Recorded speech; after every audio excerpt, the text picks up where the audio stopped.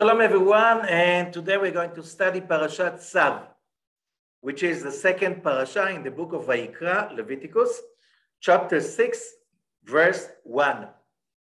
And he starts, and God speaks to Moses, saying, verse 2, Tzav et Aaron ve'et banav le'emor, zot Torat ha'olam. Tzav, the word Tzav means command.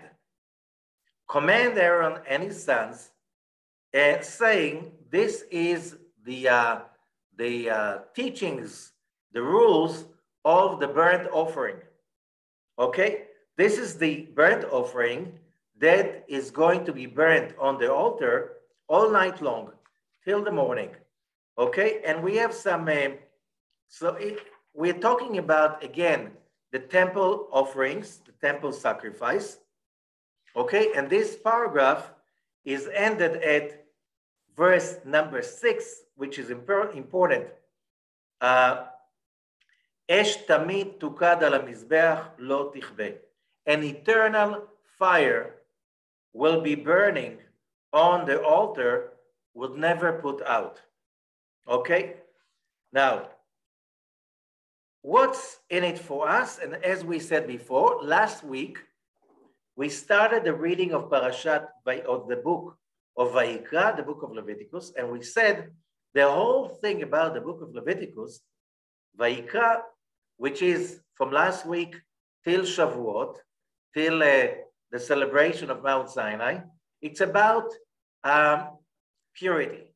Purity of intent, purity of the mind, purity of the soul, purity of perception of our calling, which is, what do you need? Freedom. We learned a lot about freedom, and we exercised the issue of freedom during the book of Exodus. But what do you need freedom if you have no idea what you want to do with your life? So you're free to do whatever you want, but you have no idea what's the right thing to do. So what do you need it for? Okay, so the clarity, the purity, the ability to understand, to tell the difference between the right goals and intentions, the right vision and the wrong vision. This is very, very important over here. And that is what all of these next 11, 12 weeks that we are going to go through that are about. It's about clarity. It's about purification. It's about raising our mind and state of mind to a place that we can see a better scope, a bigger scope of reality and ourselves. Okay, that's the first thing. The second thing is, so the question is, how do we do that? What are the tools we're doing that? Second question is, Tzav. The word Tzav means command. And if you study Kabbalah, you understand that a human being was created in the image of God, and therefore the word commandment does not apply, because when people do things out of command, they are not creators. They have to be subjects. Subjects are being commanded, okay? Not peers, not associates. We are talking about commandments.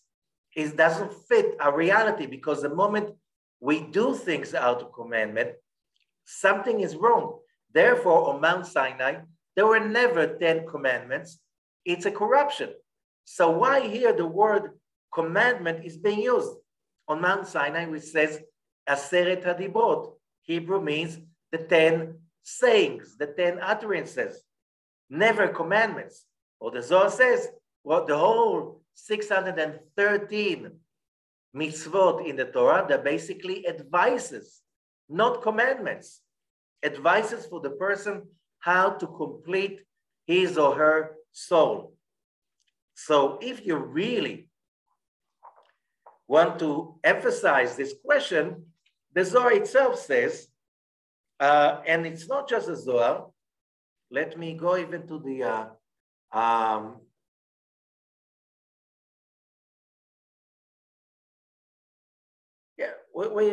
the Zohar is good enough for us. And the Zohar says in the Zohar Sulam, the Rosh Sulam of Rabbi Ashlag, verse 17 of Parashat Tzav, it says very clearly, Tzav zeu avodah zarah. Commandment is idol worshiping. What does it mean, idol worshiping? Let's say we don't know what's idol worshiping, okay? Neither of us worshiped an idol. We never worshiped any kind of old-fashioned idols like Jupiter or Zeus or same thing, or any kind of all of this stuff, or the Baal or the Molech or Baal Zvuv. And so let's say we did not. Let's say we did not worship the gods of Egypt and not the gods of the Nordic gods. Okay, so we have no idea what's idol worshiping.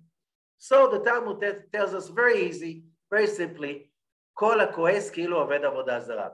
When the moment somebody is angry, that's idol worshiping. What's the first thing we know about anger? It's losing control, which means you give away control to someone or something outside of you. That's very simple understanding of idol worshiping. So why do we use the word tzav, that is commandment, idol worshiping, naming this parasha, which means we have a very important directive over here, or training, learning, studying how to deal with idol worshiping within each one of us, because the moment we understand, everyone has some kind of an addiction to anger. Certain times in our lives or certain aspects of our lives, it's like anger you cannot control. The moment it's anger you cannot control, that's your idol worshiping. That's the easiest. But any other addiction, that's another kind of idol worshiping, which means, some people have addiction to alcohol. Others have addiction to drugs. Others have addiction to shopping or gambling, sex. What other people think about me? The moment you give away control to something outside of yourself, here you are in the place of commandment. Something takes command over our own thinking, mind, heart, whatever life is about. So this parasha is about training ourselves to come to a place that we can have a command, our own command, so it's not idol worshiping. Now, how is that connected? And it's very, very, very, very much connected to whatever we are going through this week globally. What am I saying? Here we are, humanity is coming in a way out of 2 years of pandemic, okay? And into an era that the whole world order, as we know it, is falling apart, because the moment you take away countries the size of Russia and Ukraine and whoever goes with each side, and thus you recreate a new Iron Curtain, it means that the whole global economy, culture, politics is being rearranged, and we know how hurtful it could be to all of humanity all around the globe. And the question is, how is this connected to Parashat Tzav?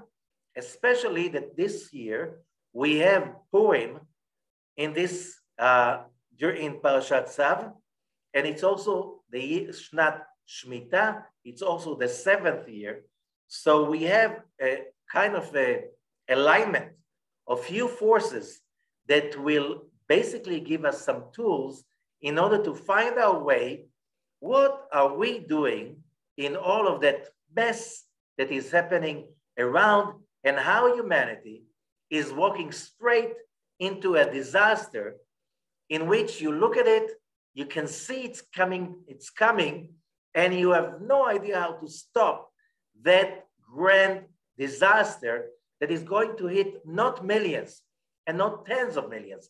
We're talking about billions of people that their lives is in danger. Especially we have billions of people that are hardly making a living around the world. And the moment you raise the prices of wheat, any kind of grains, and energy, like 2 times, 3 times, 4 times, you're just risking people's lives. It's not about comfort zone. It's risking the lives of billions of people. All of that nonsense that is happening around, that the common person is saying, who needs that? Why do we go into it? How did we arrive into something so not needed? Okay, so let us try to understand again how the Zohar explains about that issue, and especially about the fire of the altar, and how is it connected to our own idol worshiping. First of all, the word tzav, the name of the parasha, which means command. Okay, tzav is also a number. In Hebrew, letters are numbers. Okay, and tzav is a very clear number. It's a number 96. What's so special about the number 96? If you study a little bit Kabbalah, you know 96 is a number that represents 2 numbers, 65 and 31. 65 is the name of God, Aleph, Dalet, Nun, Yud, which represents judgment. Like the low, earthly, physical, worldly judgment. You take the name, which is the name of God that is being mentioned by everyone more than any other name, because whenever the name of God, the tetragrammaton, Yud Kei Vav Kei, appears either in the Torah or in the prayer book, this is the name to be said. It's written tetragrammaton, Yud Kei Vav Kei, okay? But it's being read Aleph Dalet Nun Yud. And Aleph Dalet Nun Yud, if you rearrange the letter, you get Dina. Dina in Aramaic is simply judgment. Okay, and what's the other name? The other name is 31. 31 is Aleph Lamed. Aleph Lamed means that's a God. But when you're talking about the God, okay, we're talking about, when we are coming from the place of monotheism, when we are talking about a God, the God, okay, the whole concept of God, we're talking about, first of all, endless, unconditional love. That's a number 31. So here we have 2 forces, 65, judgment, 31, unconditional love, sharing, right column, okay? And here we have the left column, which is the represented by the number 65, Aleph Dalet Nun Yud. And we have these 2 forces. When you bring them together, it's 96 tzav. So we understand that the word tzav has 2 faces. 2 faces.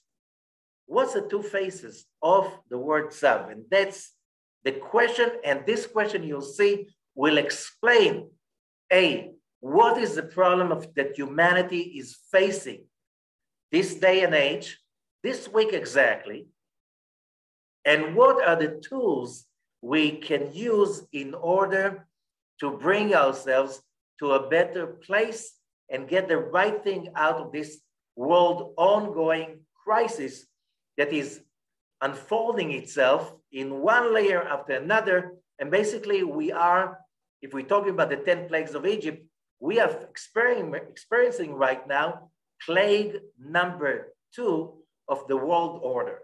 Plague number 1, it took 2 years. That was the pandemic.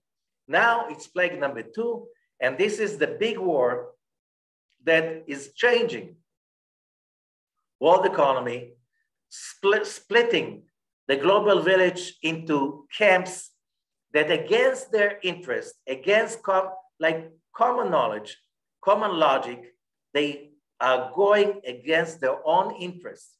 Okay, so let's see what is the disease and what is the cure.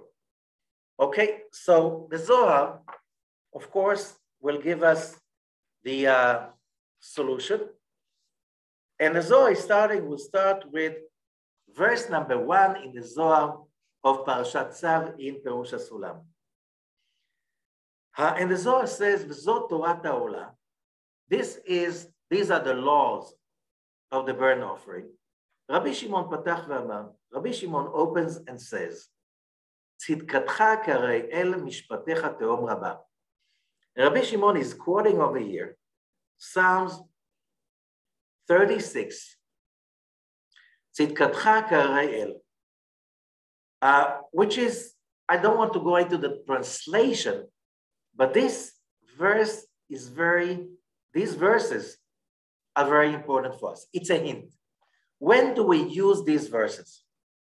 Every week, we know there are 6 days of the week, 6 days that we have to do the tikkun. What does it mean, tikkun? The world has been messed up, so we can put things together. That's why it says, Sheshet yamim asher bara Elokim la'azot. 6 days that God created for us to do the making. The making of the what?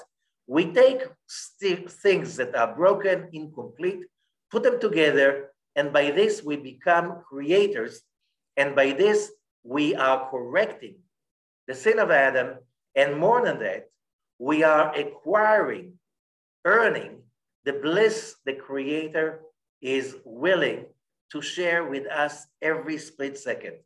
So the point is, since people, souls, cannot receive permanently fulfillment without it being earned, that's one of the major rules of reality, okay? Therefore, you need to put things together to correct and complete in order to feel accomplishment and ownership, in order to have lasting fulfillment. This is the rule. You can't go against the rule. I never met happy, selfish people. I never met happy, lazy people, okay? Or dependent people. The moment you connect to the image of God within you, that you are independent, your happiness is independent, that your creativity is independent, and that your giving and sharing is unconditional, if you have these aspects of being in the image of God, then you learn and you acquire a fulfillment that is simply getting more expanded, more great, more elaborated, and more elevated. So that's the calling of every human being, and we spoke about it during our last week's session on Parashat Vayikra. Now, here we have some things about how to do it. Now, after the 6 days of accomplishment, we need a Shabbat. And the Shabbat, the 7th day, is a day that we basically retune ourselves so we can remember where we came from and where we're going to. And the peak of Shabbat is Shabbat afternoon. Shabbat afternoon, the time of Mincha of Shabbat. The peak of that is when we say those verses that just Rabbi Shimon quoted for us from Psalms 36. And these verses are about the time of Shabbat, that the judgment, the strongest judgment of the day is usually every day afternoon before sunset. On Shabbat, it is transformed and it's becoming the sweetest moment, the sweetest hours of the whole week. Why? Because when you sweeten, when you overcome the judgment and you turn it into positivity, into loving kindness, and you, not just loving kindness on its own, it's a loving kindness, the chesed, that overpowers the judgment and takes it with it, transforms it, corrects it. This is the highest point of the whole week. And we use these verses in order to simply connect to those moments, to those hours of sweetening all judgments for the whole coming week. Okay, now we can understand, after this introduction, we can understand why Rabbi Shimon is mentioning these verses. And it continues. Just the continuation is all about how to take the prayer, in which through the prayer we transform judgment, evil, negativity, everything that is left column and so on into central column. And what is central column? It's not a force by itself. It's when the right column takes the left column, overcomes it, and transforms it from death into life, from poison into a remedy. This is the secret of life. We're not supposed to live a life that has no challenges, dangers, and negativities.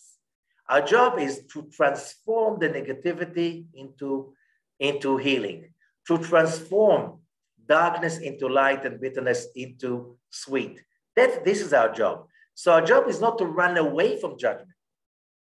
It's not to run away from conflict. Our job is to face those moments or instances of judgment, conflicts, and discomfort, and transform them. And when we do transform them, we achieve what is called tikkun, correction.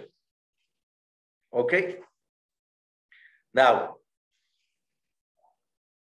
I will skip a few verses. I just try to get the most out of our time.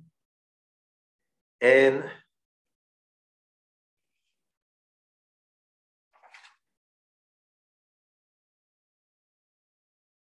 to verse 11. רבי אלעזר שואל לרבי שמעון אבוי ואמר, הכישורה דחולה התקשר בקודש הקודשים להתנערה. התאבקותה דרבה דכהני לוואי וישראל העילה, עד היכן איהו סלקה. And translation, Rabbi Elazar, the son of Rabbi Shimon, is asking his father, the connection of the Holy of Holies to shine, to bring light.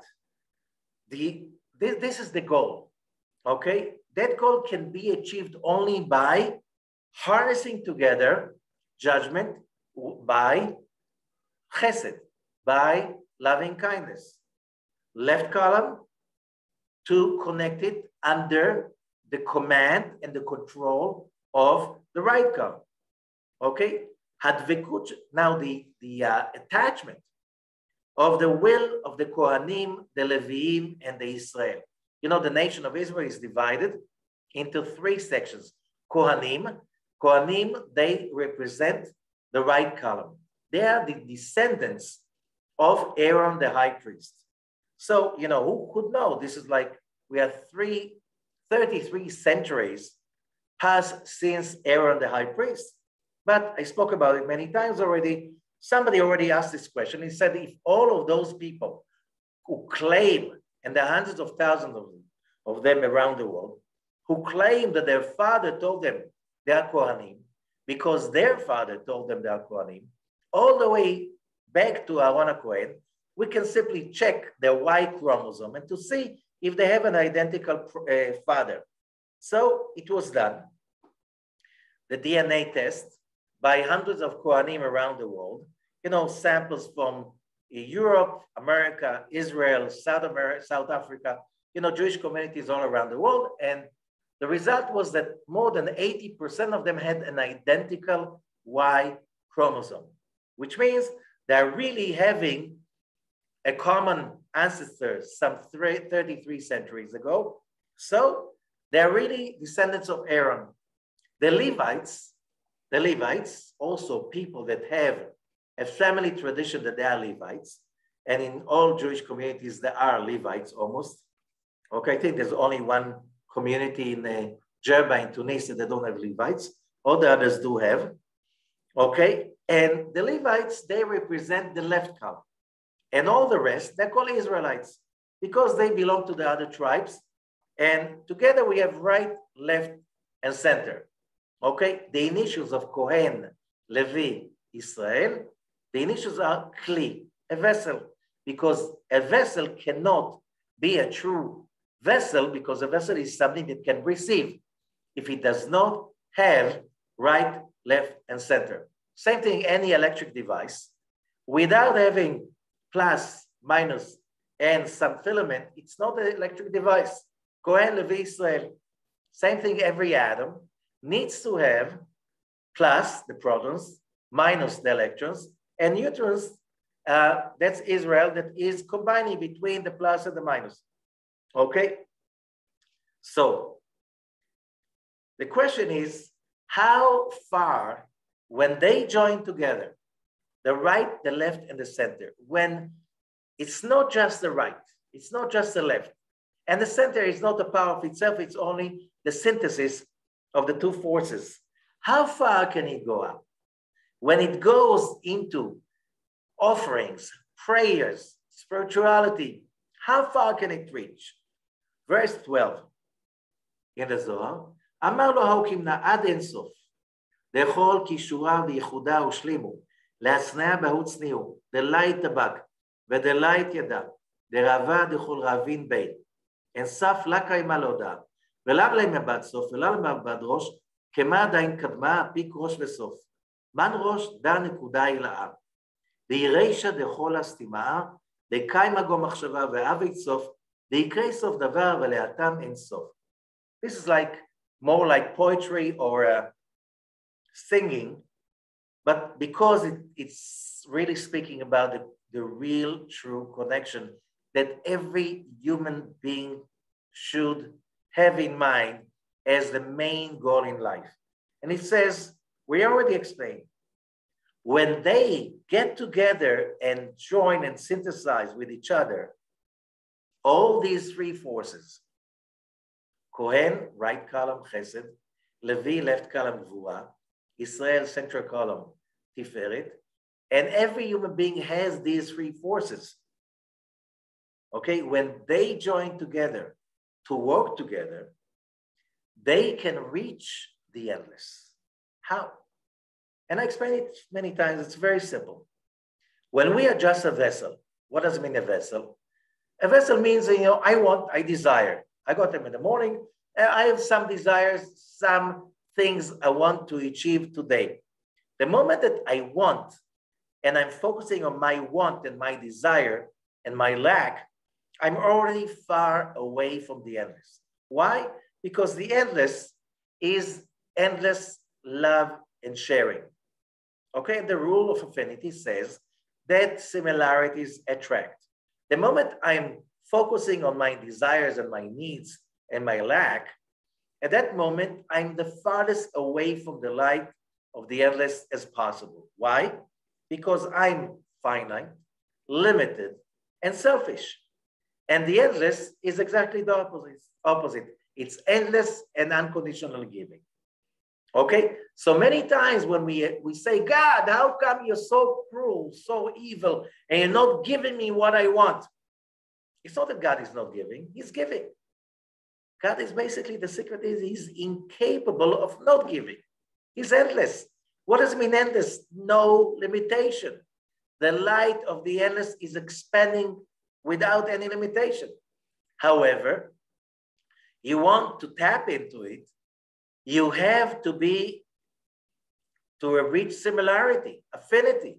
And the simplest way to do it is, instead of being just a finite vessel, receiving for oneself alone, you have to turn the desire, ratzon, into a tzino, a pipe.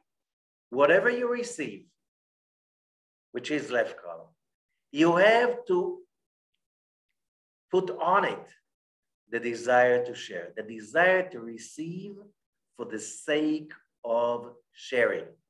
So when we love and care for our friends, family, neighbors, faraway people, whatever, when we care for them and we want to be stronger, more positive, more powerful, more caring, and smarter, in order to help others, we create the infinite inside us. This is the secret. When we do that, then the infinite light of the Creator, endless, Ein Sof, can shine through us because we achieved affinity. And this is why we have to take any judgment within us and we have to transform it into loving and kindness. Transform, not eliminate. It's a big mistake, not to eliminate. Why? Because when we do that, we achieve affinity. And then we reach the endless. That's what Rabbi Ashlag is saying. And what does it mean? Verse 13. In the endless, there are no wheels, no desires, no lights, no candles. All of these, because the moment you have a definition, a candle, a light, a desire, it's not infinite anymore. It's a defined state. But that's it, when we reach that place of true harmony, synthesis, that every time you want for others too. Every time you do for others, you want to be stronger so others can get more from you. It's our lifetime journey to reach that place. That is the place we can simply bring in the infinite, the endless into everything we touch, do, and experience. That's a bigger secret. And this cannot be perceived by logic, says the Zohar. Einam omdim lasaga. Mi sheyadua ve'no yadua. It's the one who's known but cannot be known. Because it's beyond knowing. It's when you're connected to the endless, you have no way to explain it, but you know where you are there. Now, how are you going to reach that place? So verse 15.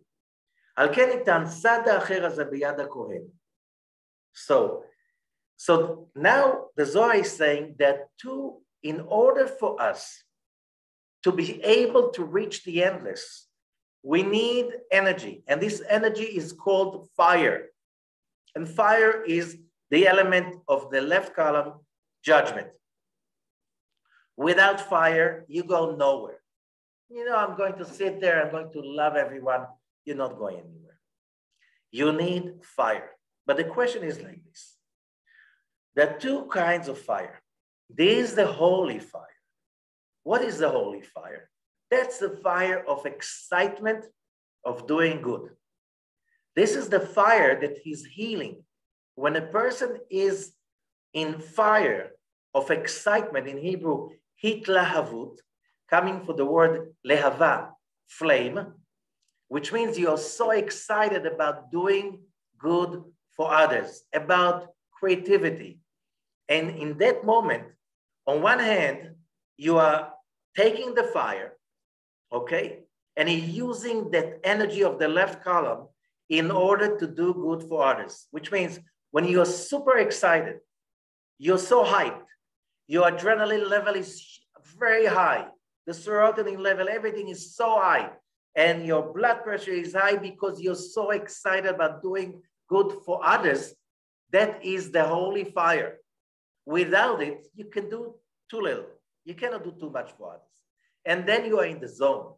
It's a real zone. This is when the 31 is overriding the 65.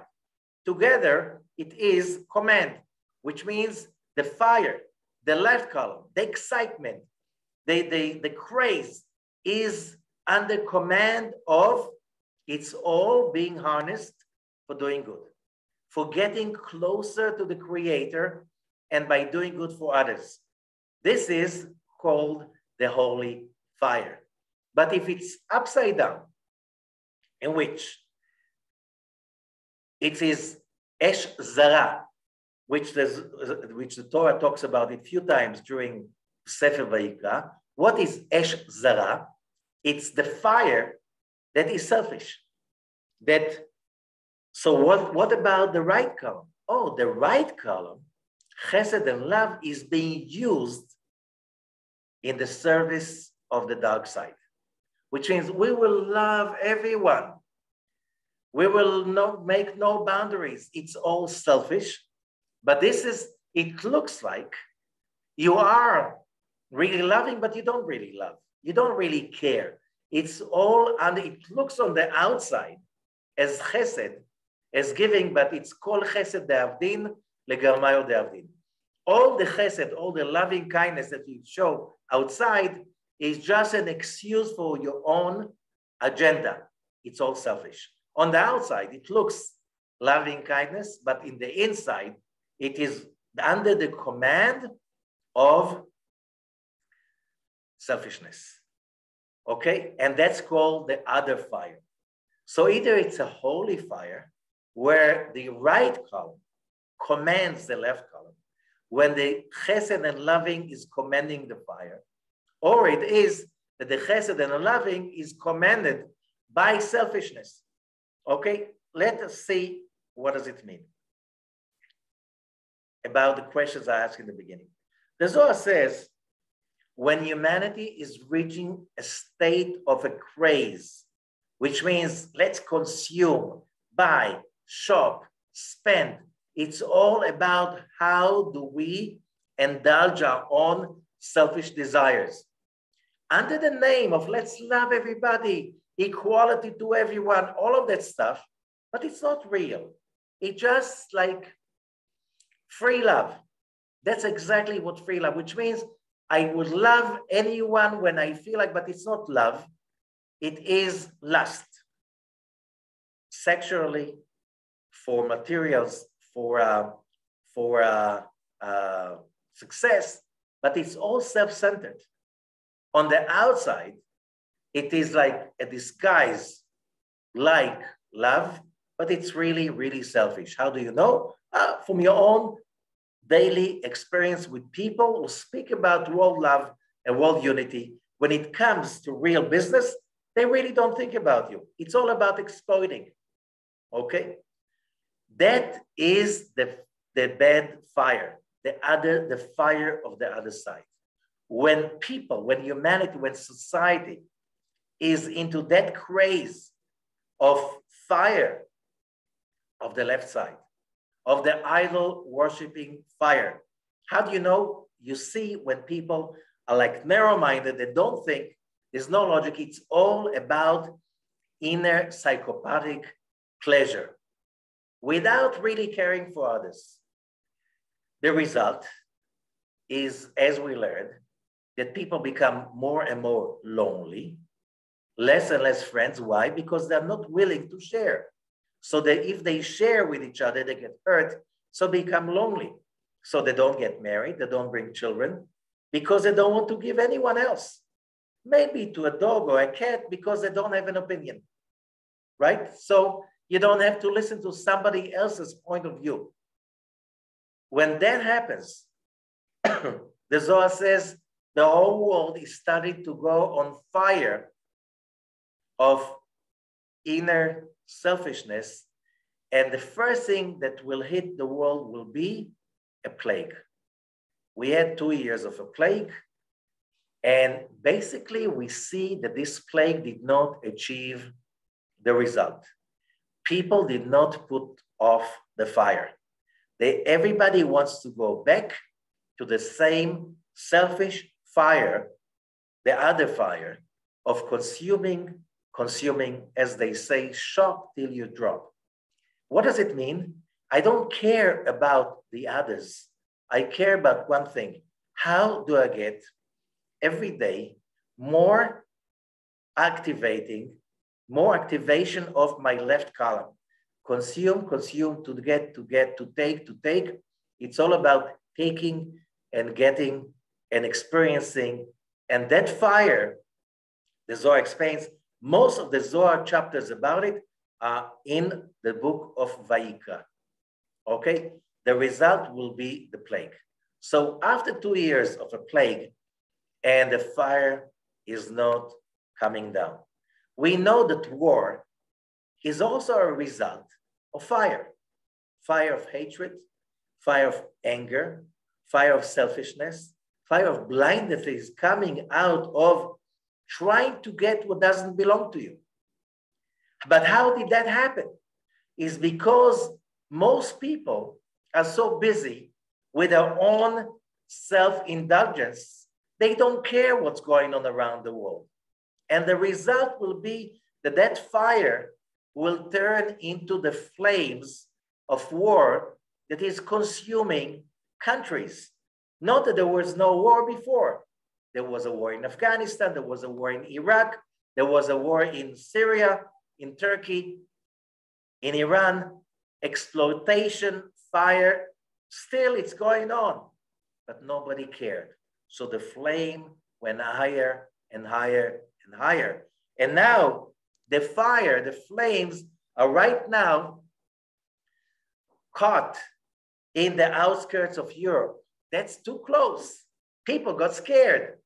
And people should be scared because you could see now that the whole world is starting to come to a halt, which means the moment you stop the trade, we are so connected with each other. The whole world is such a small global village. Everybody needs everybody else.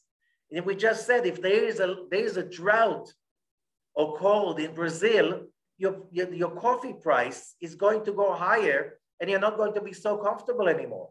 So you have to pray so the weather in Brazil will be okay, so your coffee will be, you'll have your coffee. Now it's more than that. It's not coffee, it's about your food. It's the grains, it's your energy, it's your everything. There's so much coming out and everybody's interconnected. We are all so dependent on each other. And you can't wish the bad guys to get lost. Why? Because you have to wish and pray for the peace of every country on this planet. Because if one country falls apart, the void can create a suction that the whole world economy, peace, and balance is going to be sucked in and being destroyed because we are so much dependent on each other. So how do we do something about it? What do we do about it? You know, I'm not the leader of a country, so what can I do about it? So here we go. This week we have Purim, the holiday of Purim, in the parasha of Tzav. And what happens over here? So the Zohar is saying, let's read Zohar again, 15, verse 15. Al ken nitan tzad ha'acher hazeh beyad haKohen.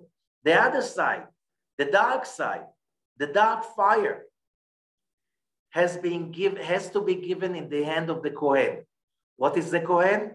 Loving kindness.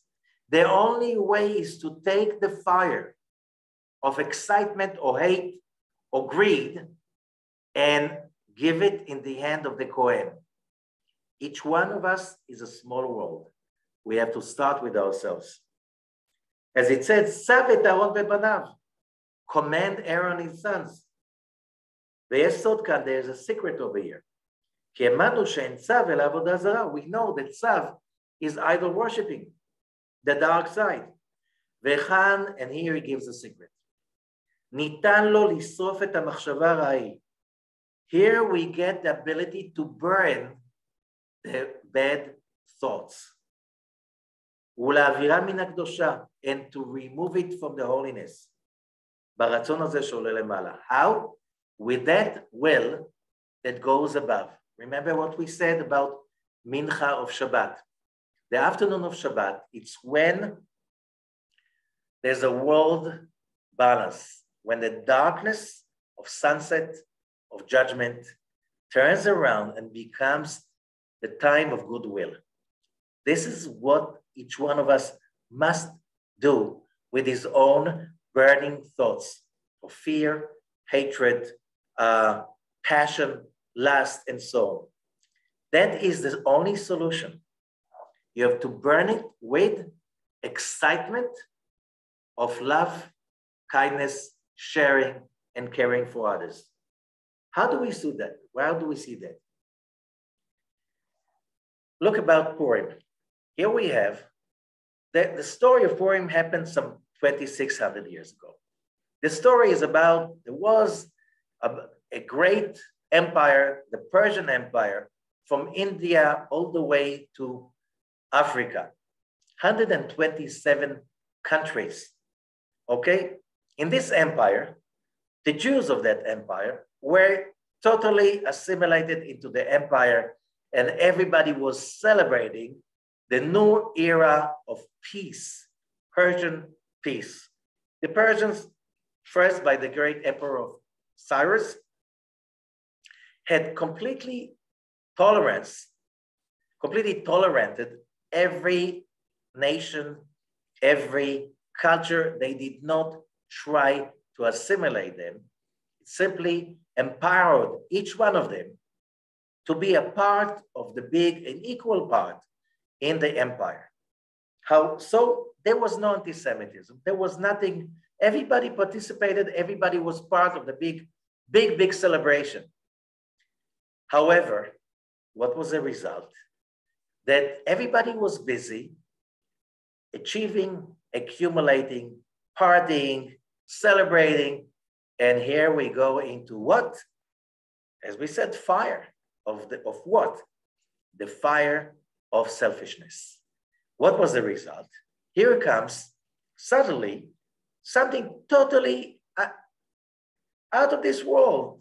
No reason. No, it's like, where is this coming from? Here this guy becomes the prime minister of Persia, okay? The whole empire. His name is Haman. He's Agagite. He's from Amalek, that we just read about it yesterday, about Amalek, which means the moment you're so busy with your own selfish, consuming selfishness, you don't have God in the picture. Why? Why? Because God means you have to tolerate. You have to pace yourself. You can't just take whatever you want. Selfishness is out of the picture. And that's why Haman becomes the leader of the government, of the empire. And he brings a decree. It's totally logical.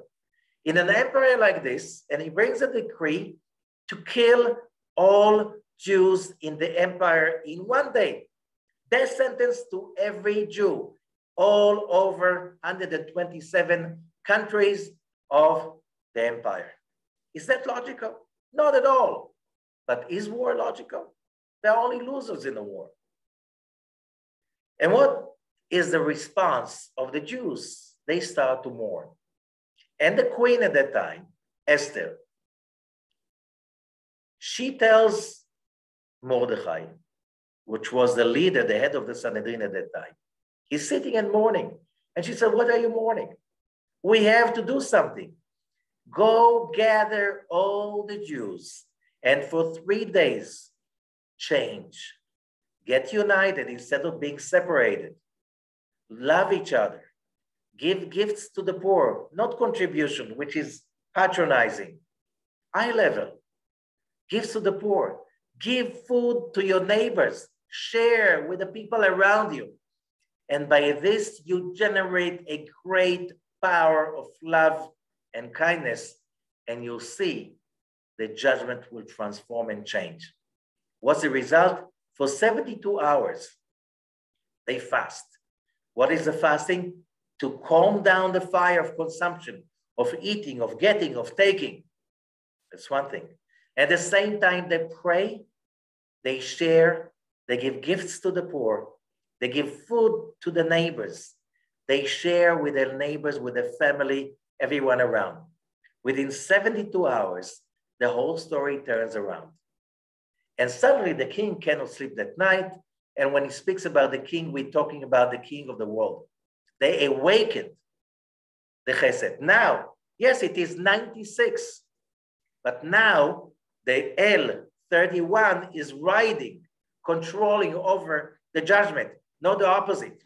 The opposite is when, somebody is coming to you and saying, be a sport, be a gentleman, give me whatever you have, go with the flow. Let me have join me with our party and stuff like this.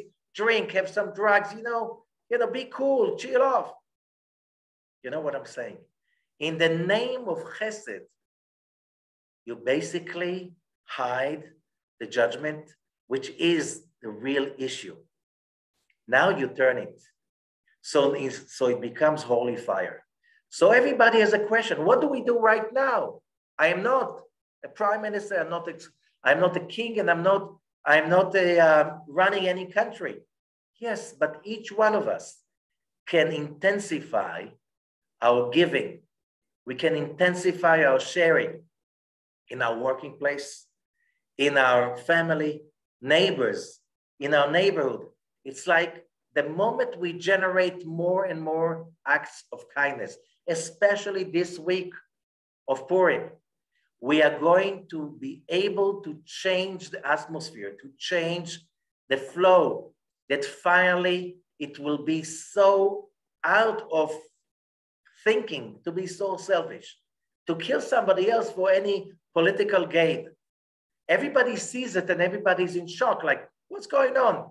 But they're in shock because it disturbs their program and their planning of vacation and stuff, self-indulgence.